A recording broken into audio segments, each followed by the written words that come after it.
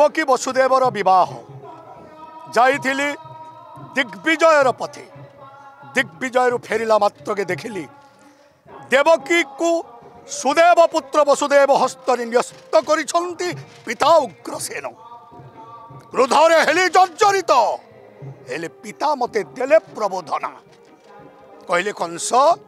विवाह कार्य जतबेले संपन्न हेछि सुसज्जित रथ उपरे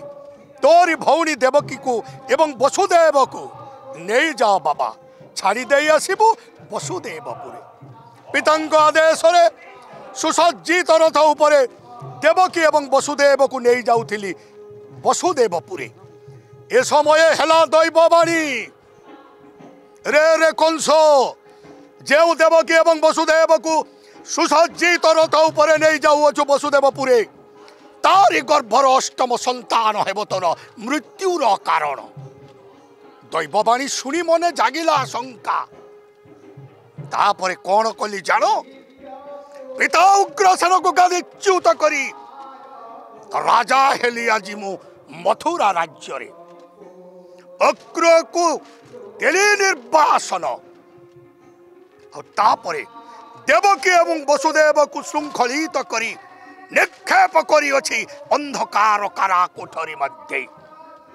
विश्वस्त दासी मधुशूली को नियुक्ति करी अछि कारा कक्ष मध्य तेणु राजा राजा मुहि मथुरा राज्य रे आज ठारो मो इंगिते चलिबो ए राज्य सुर नर यक्ष रक्ष गंधर्व किन्नर आज ठारू समस्ते मोरी करायत्तरे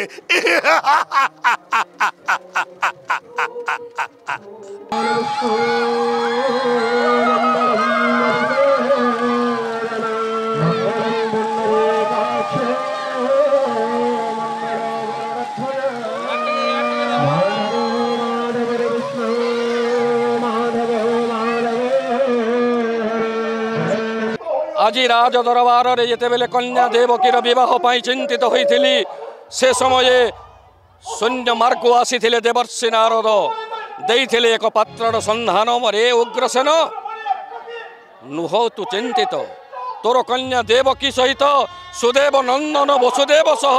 विवाह कार्य करिजा संपन्न गर्ग मुनि निर्देश रे एक शुभ लग्न प्रस्तुत करी कन्या देवकीर विवाह कार्य संपादन करिजा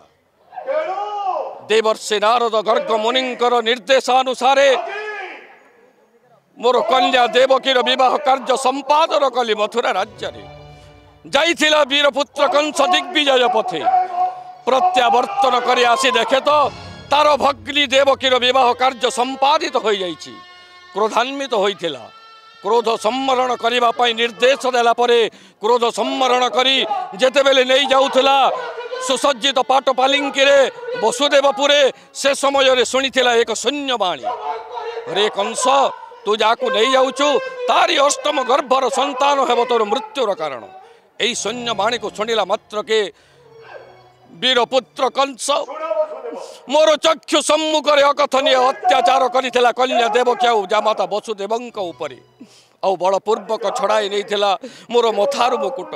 बलपूर्वक छड़ाई नहीं मथुरार राज सिंहासन आउ मते कटुआल बेसरे सजाई दे मो हाथ रे जष्टी धराई देछि